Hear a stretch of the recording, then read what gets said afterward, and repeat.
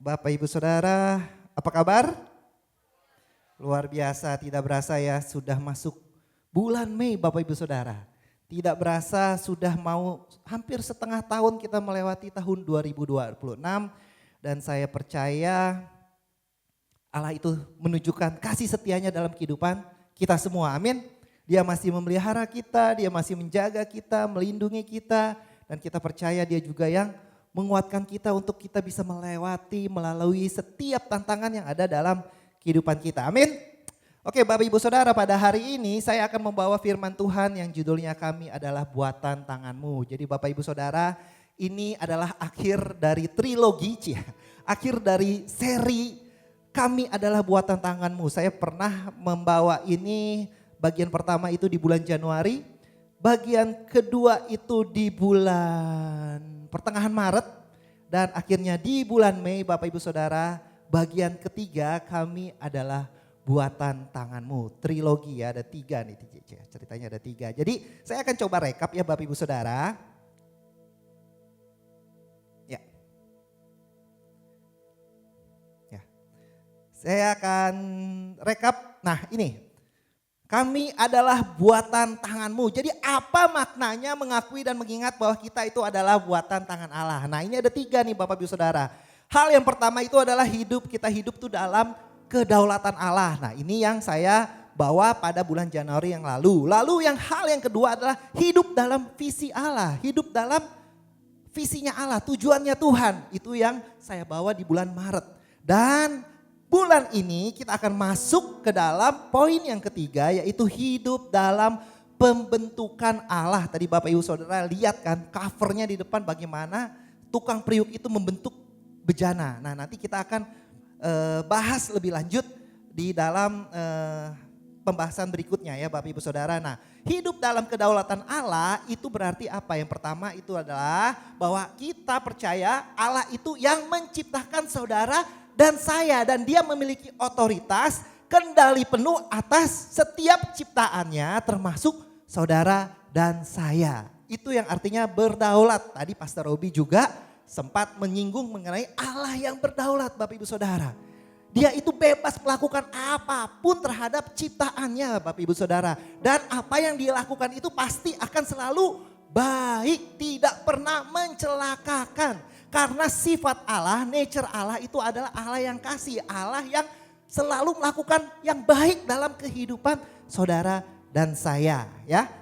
Nah lalu selanjutnya kalau kedaulatan Allah itu berarti apa? Allah memegang kendali penuh, Tuhan kita itu adalah satu-satunya Tuhan yang hidup, satu-satunya ya Bapak Ibu Saudara. Saudara harus percaya itu, saudara harus meyakinkan itu dalam benak saudara, dalam hati saudara, dalam kehidupan saudara. Dialah satu-satunya Allah yang hidup, Allah yang benar. Hanya Tuhan yang kita sembah di dalam nama Tuhan Yesus. Lalu yang ketiga adalah kehendaknya itu pasti terjadi dan Allah menyertai orang yang dipilihnya. Lalu yang kedua itu hidup dalam visi Allah. Ya, hidup dalam visi Allah. Jadi maksudnya apa? Bahwa Allah itu menciptakan semuanya baik Bapak Ibu Saudara. Jadi semua yang Tuhan ciptakan itu adalah baik. Termasuk saudara, termasuk saya.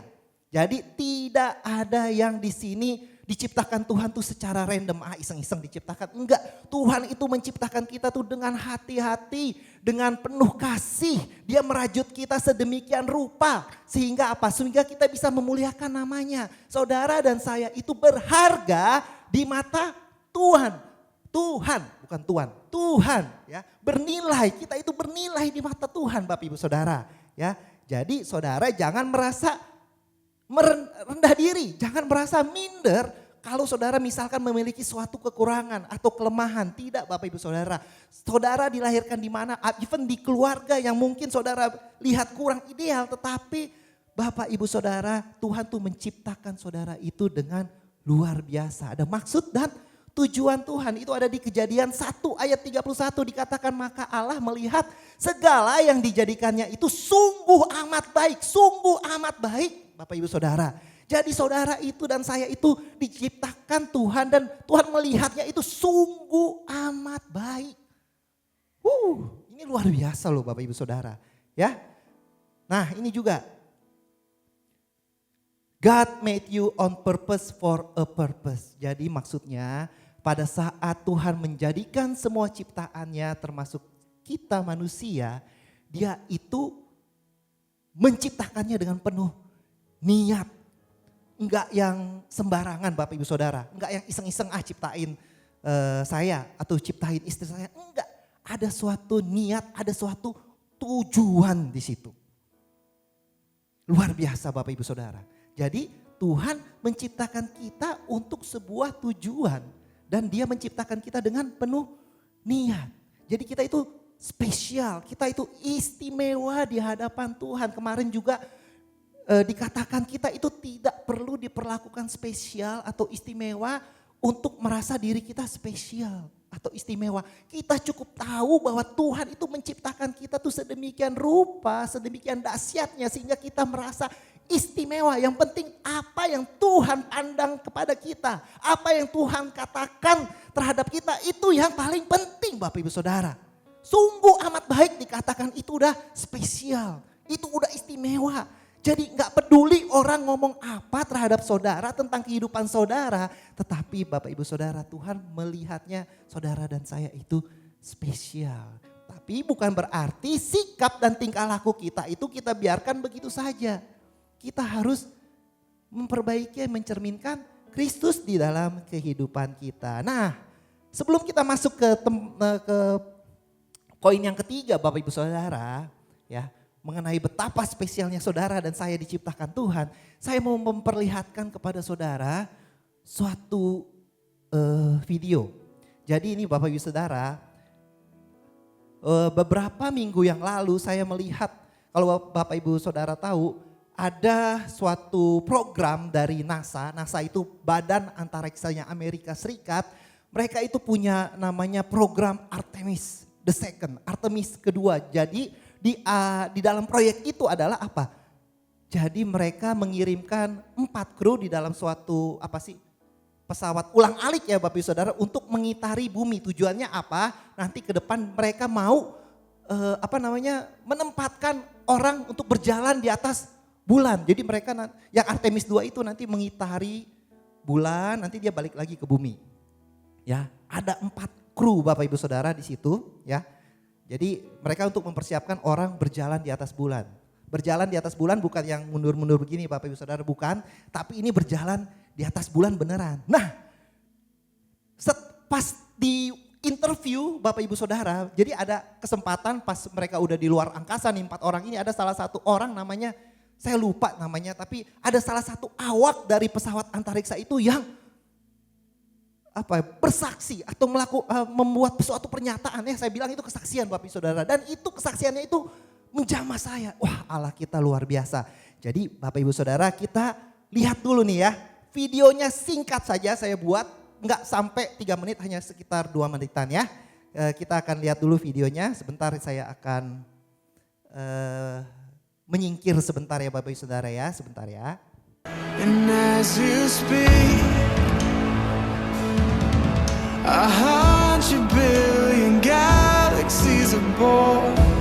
I'm glad you brought that up though. I think these observances are important, and as we are so far from Earth and looking back at, the beauty of creation, I think for me, one of the really important personal perspectives that I have up here is I can really see Earth as one thing. And when I read the Bible and I look at all of the amazing things that were done for us who were created, it's you have this amazing place, this spaceship. You guys are talking to us because we're in a spaceship really far from Earth, but you're on a spaceship called Earth that was created to give us a place to live in the universe, in the cosmos. I think maybe the distance we are from you makes you think what we're doing is special, but we're the same distance from you, and I'm trying to tell you, just trust me, you are special.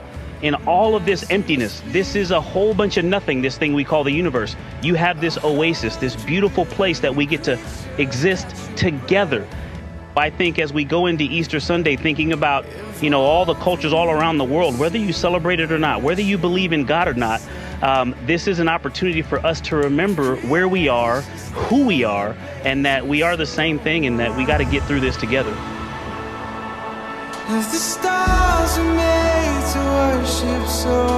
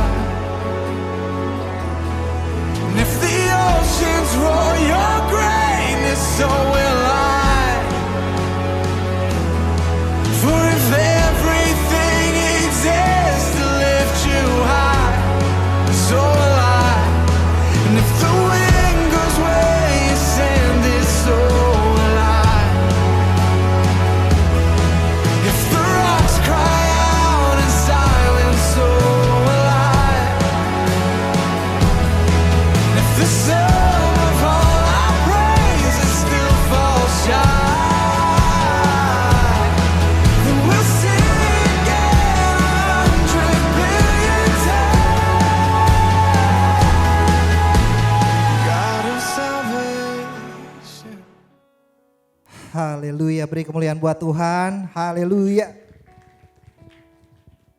Haleluya Bapak Ibu Saudara. Jadi pada saat saya mendengarkan salah satu kru dari Artemis 2 ini Bapak Ibu Saudara, saya dijamah loh Bapak Ibu Saudara. Kita pikirnya ya Bapak Ibu Saudara, saya singkat saja. Kita mikirnya mereka yang melakukan hal yang spesial di luar sana Bapak Ibu Saudara.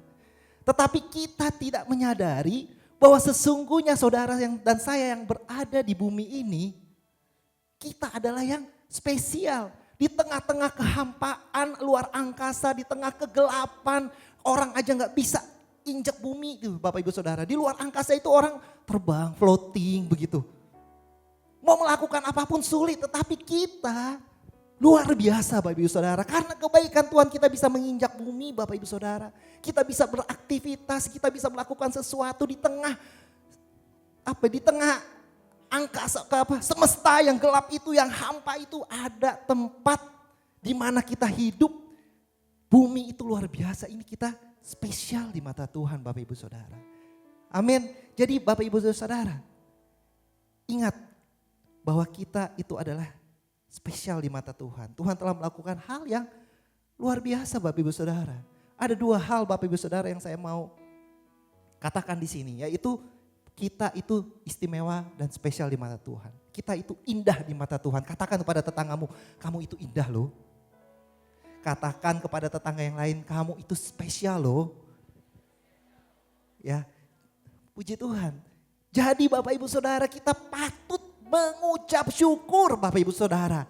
Dengan kita hidup di dalam bumi ini aja, walaupun banyak kesulitan di bumi ini, kita tuh ada selalu alasan untuk bersuka cita, untuk selalu bersyukur.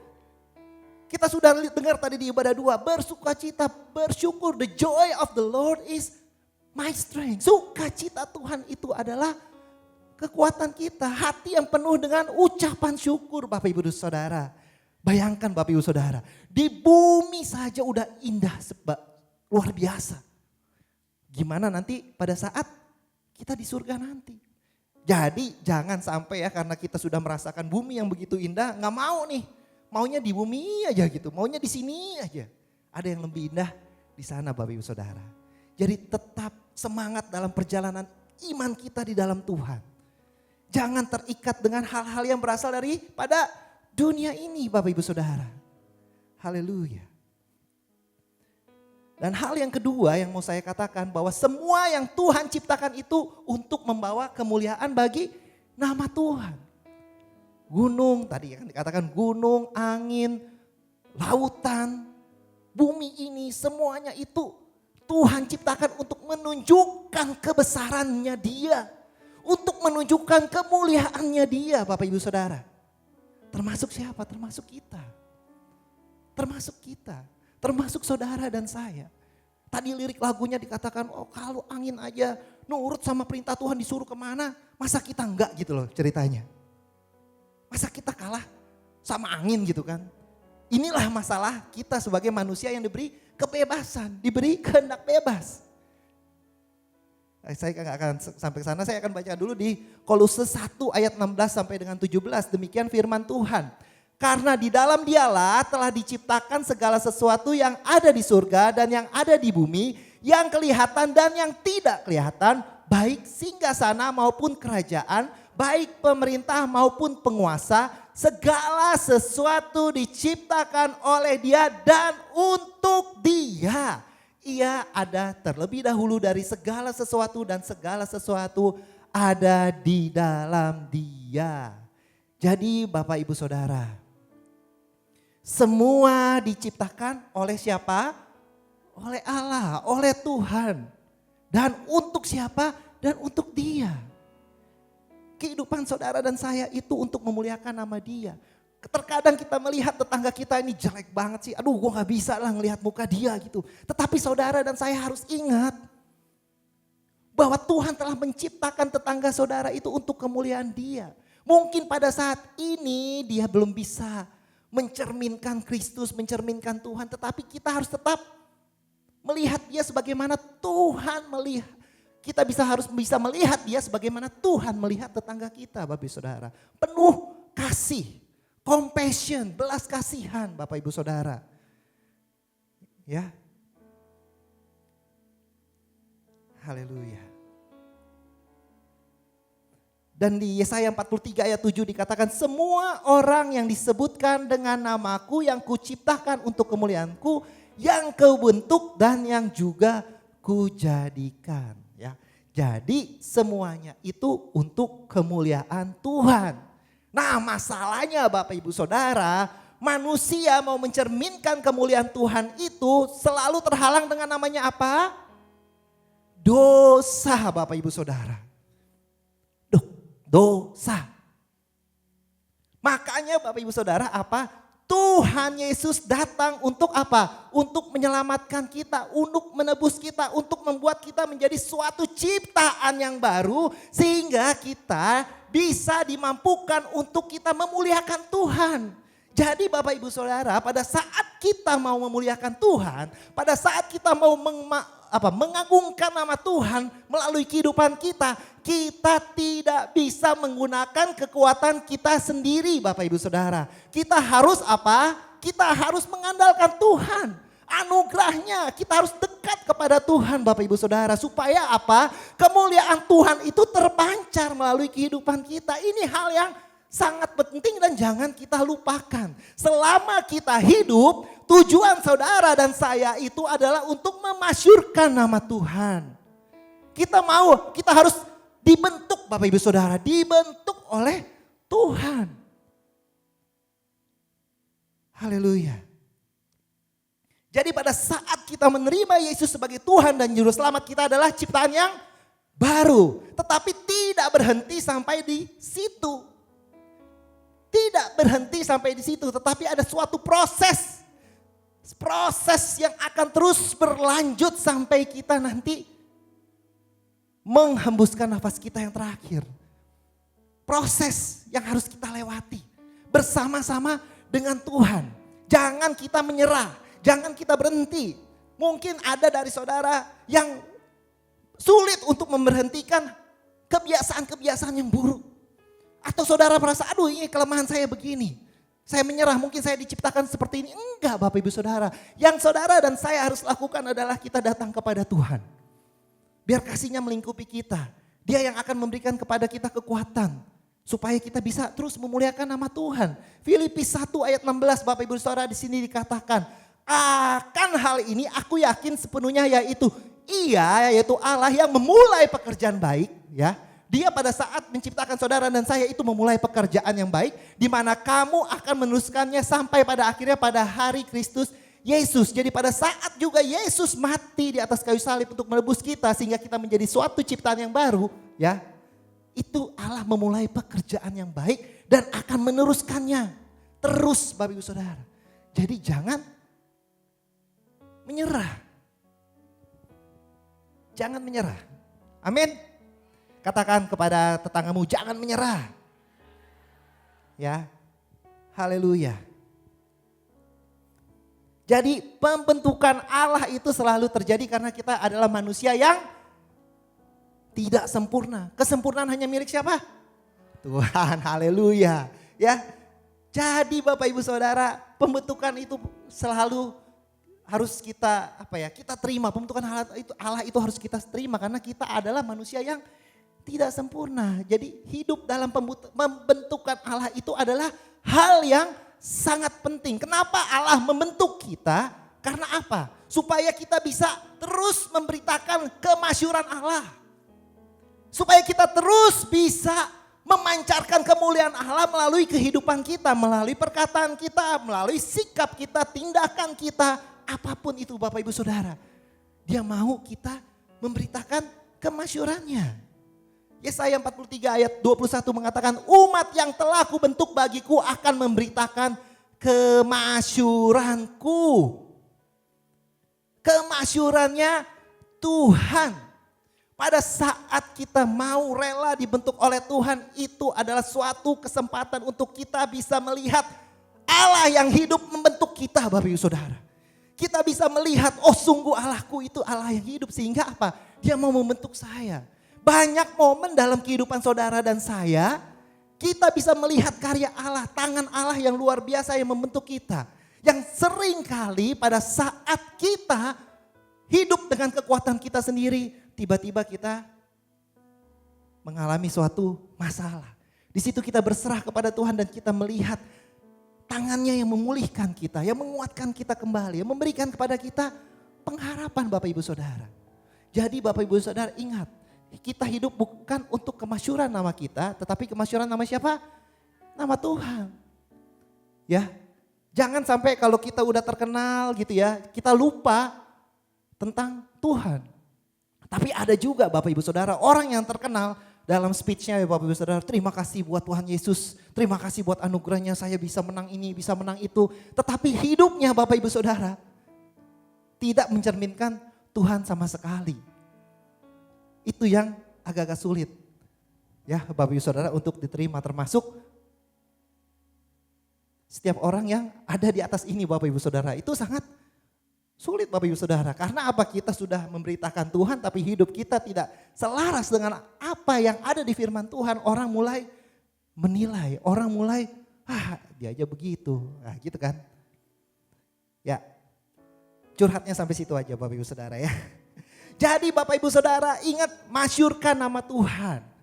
Dan Bapak Ibu Saudara nggak perlu kita menjadi terkenal dulu untuk kita membuat Tuhan terkenal. Kadang-kadang saya mau kejar Tuhan, saya mau jadi orang yang populer dulu.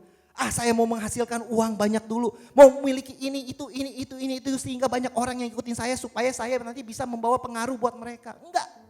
Mulai dari apa yang saudara miliki sekarang. Kalau kita menunggu seperti itu, menunggu terkenal dulu, nanti gak terkenal Bapak Ibu Saudara. Dijamin gak terkenal Bapak Ibu Saudara. Ya, jadi buat Tuhan itu yang masyhur. Buat Tuhan yang menjadi terkenal. Buat Tuhan itu yang viral. Viral gitu kan.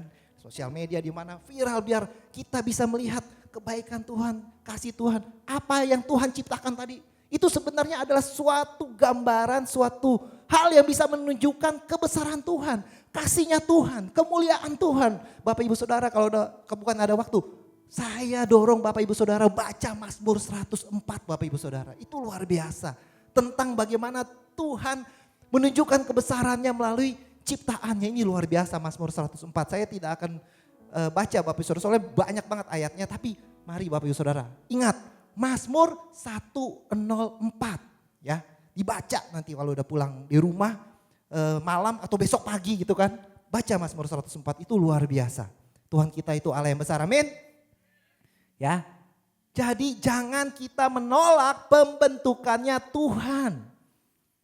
Jangan kita menolak pembentukannya Tuhan karena kita dibentuk supaya kita bisa membawa kemasyuran bagi namanya. Yeremia 18 ayat 4 sampai dengan 6 saya akan bacakan. Apabila bejana yang sedang dibuatnya dari tanah liat di tangannya itu rusak, maka tukang periuk itu akan apa? Mengerjakannya kembali menjadi bejana lain menurut apa yang baik pada pemandangannya. Ya sampai situ. Jadi Bapak Ibu Saudara, Tuhan itu bisa mengerjakannya kembali menurut apa yang dia pandang baik. Jadi Bapak Ibu Saudara, ada momen di dalam kehidupan kita di mana Tuhan harus menghancurkan kita, ya istilahnya menghancurkan kita, merobohkan kita supaya apa? Kita bisa dibangun kembali, kita bisa dibentuk kembali Bapak Ibu Saudara. Dan pada saat Tuhan merobohkan kita, menghancurkan kita, Bapak Ibu Saudara-saudara jangan menjadi kecewa, jangan menjadi tawar hati karena itu semua untuk kebaikan saudara dan saya. Nah, jadi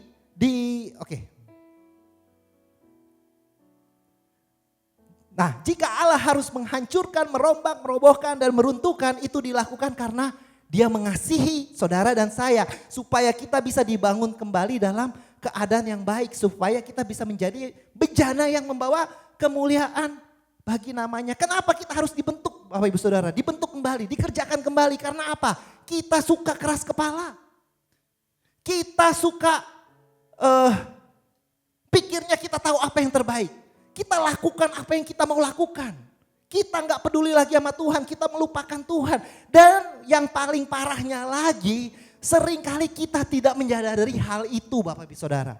The blind spot. Kita anggap diri kita sudah melakukan hal yang benar. Jadi apa? Seringkali kita tidak mendengar apa yang Tuhan ingin katakan. Kita tidak mendengar apa yang hamba Tuhan katakan. Kita merasa dirinya kita paling benar. Kita mengikuti nafsu kita. Sehingga apa? Tuhan harus membentuk kita kembali, mengerjakan kita kembali. Di Yeremia 18 ayat 12 dikatakan, tetapi mereka berkata tidak ada gunanya. Sebab kami hendak berkelakuan mengikuti rencana kami sendiri dan masing-masing hendak bertindak mengikuti kedegilan hatinya yang jahat. Jadi Bapak Ibu Saudara, kenapa Tuhan mengerjakan kembali atau merobohkan, meruntuhkan kehidupan saudara dan saya? Karena kita degil hatinya Bapak Ibu Saudara. Ini yang konteksnya ini di Bapak Ibu Saudara di Yeremia 18 ayat 12 ini. Kalau kita baca secara keseluruhan Yeremia 18 ini, Tuhan berbicara mengenai bangsa Israel yang sangat-sangat degil hatinya. Yang mereka itu bangsa Israel melakukan apa? Penyembahan berhala. Melakukan apa yang mereka mau. Lupa akan Tuhan. Yeremia 18 Bapak Ibu Saudara bisa baca di rumah. Lupa akan Tuhan. Sudah menikmati kebaikan Tuhan, dia lupa. Dia tidak mengenal Tuhannya. Kekurangan pengetahuan akan Tuhan itu akan membawa kebinasaan Bapak Ibu Saudara. Kita anggap diri kita benar. Dan Bapak Ibu Saudara, saat Tuhan membentuk kita, saat Tuhan itu merobohkan kita, meruntuhkan kita, ya, itu membawa kita untuk apa? Untuk itu memperlihatkan kita tentang dosa yang kita lakukan, pelanggaran yang kita lakukan. Seperti yang ibadah satu tadi Bapak Ibu Saudara, masuk ke wilderness. Ibadah satu, Pastor Michael Ozzy. Didengar lagi Bapak Ibu Saudara. Itu harus didengar berapa kali. Karena menurut saya itu bisa memberkati kita. Harus didengar kembali karena ya itu menurut saya ya terlalu cepat ya Bapak Ibu Saudara. Jadi harus didengar lagi. Ya, karena mungkin waktunya. Dan itu luar biasa Bapak Ibu Saudara. Pada saat Tuhan membentuk kita, ya itu untuk memperlihatkan kesalahan kita, dosa kita.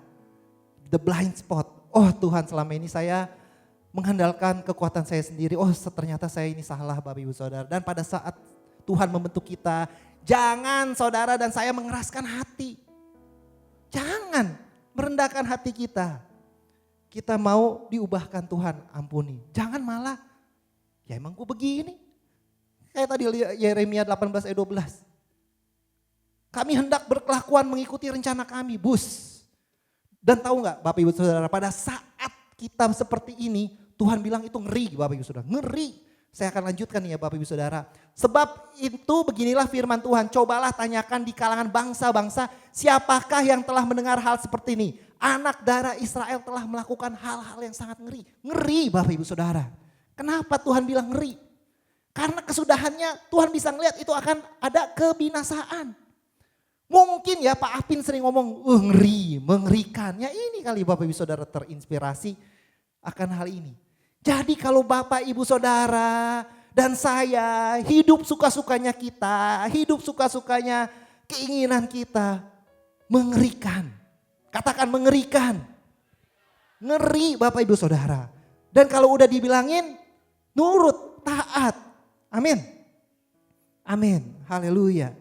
Ya. Dan Bapak Ibu Saudara, jadi mari kita hidup dalam pembentukannya Tuhan.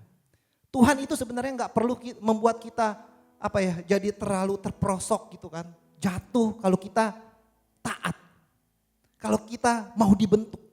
Tetapi mau nggak mau Tuhan harus melakukan itu. Bukan untuk menghukum saudara dan saya, enggak. Tetapi untuk apa? Untuk membentuk saudara dan saya kembali. Jadi kalau misalkan pada saat ini saudara sedang melewati momen dalam kehidupan saudara yang saudara kayaknya merasa terperosok, jatuh begitu dalam sehingga saudara merasa malu, merasa saudara dihakimi oleh orang-orang lain, dihakimi jelek ya Bapak Ibu Saudara.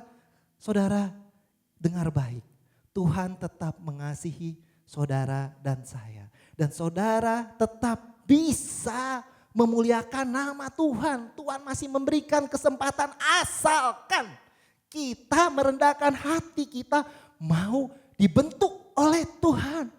Supaya apa tujuannya? Nama Tuhan dimasyurkan. Itu yang paling penting Bapak Ibu Saudara. Tiap hari kita datang kepada Tuhan, Tuhan ampuni pelanggaran saya yang saya sadari atau enggak. Tuhan bagian mana yang saya bisa diubahkan supaya saya bisa memasyurkan nama Tuhan. Dan bagaimana kita bisa dibentuk oleh Tuhan yaitu melalui firman-Nya Tuhan. Firman-Nya Tuhan, 2 Timotius 3 ayat 16 sampai 17. Saya gak usah bacakan karena saya percaya saudara dan saya sudah tahu firman Tuhan yang membentuk kita. Terang bagi jalan kita Bapak Ibu Saudara. Biar firman Tuhan itu membentuk saudara dan saya setiap hari, setiap saat. Supaya kita bisa menjadi bejana yang indah buat kemuliaan nama Tuhan. Pembentukan Tuhan, jangan kita menolak pembentukan Tuhan. Dan pada saat kita dibentuk, jangan malah kita tidak terima dan kita kabur daripada Tuhan. Karena kita terlalu egois, kita terlalu malu terhadap diri kita sendiri. Masih ada kesempatan, Tuhan itu penuh kasih. Dan hal yang kedua kita bisa dibentuk oleh Roh Kudus. Roh Kudus ini yang menolong kita Bapak Ibu Saudara. Roh Kudus, anak-anak Allah, kita ini adalah anak-anak Allah. Roh Kudus, jangan pernah kita melupakan Roh Kudus yang sebenarnya ada dalam hati kita untuk menolong kita berjalan sesuai dengan kebenaran firman Tuhan. Dan yang terakhir Bapak Ibu Saudara, puji Tuhan, haleluya. Hidup ini terlalu pendek dan panggilan kita itu terlalu mulia, terlalu besar untuk kita menyia-nyiakannya untuk hal yang tidak kekal. Saudara, terakhir ini. Jadi jangan menganggap umur kita itu masih panjang. Yuk kita genapi tujuan Tuhan. Kita ini adalah buatan tangan Tuhan untuk kemasyuran namanya, untuk kemuliaan namanya. Jangan sia-siakan untuk hal yang tidak kekal. Hal yang sia-sia. Dan jangan tinggalkan panggilan saudara dan saya. Setiap orang di tempat ini ada panggilan Tuhan, ada tujuan Tuhan. Jangan saudara sia-siakan menggantikannya untuk mengejar hal yang lain yang dunia tawarkan. Sedih Bapak Ibu Saudara. Dan mengerikan. Sedih dan mengerikan Bapak Ibu Saudara. Jangan. Saya tahu saudara dan saya tidak sempurna. Tetapi mari kita berjuang. Kita berjuang Bapak Ibu Saudara. Kita pernah melakukan kesalahan. Kita berjuang untuk tidak melakukan kesalahan itu. Jangan takut gagal. Ada Allah yang membantu kita. Anugerahnya. Amin. Puji Tuhan Bapak Ibu Saudara, demikian firman Tuhan pada sore hari ini. Mari kita berdoa. Terima kasih Tuhan, Kau Allah yang baik. Terima kasih Kau mengingatkan kami Tuhan. Bahwa kami Tuhan sungguh istimewa, sungguh spesial, sungguh berharga, sungguh bernilai di mata-Mu Tuhan. Haleluya.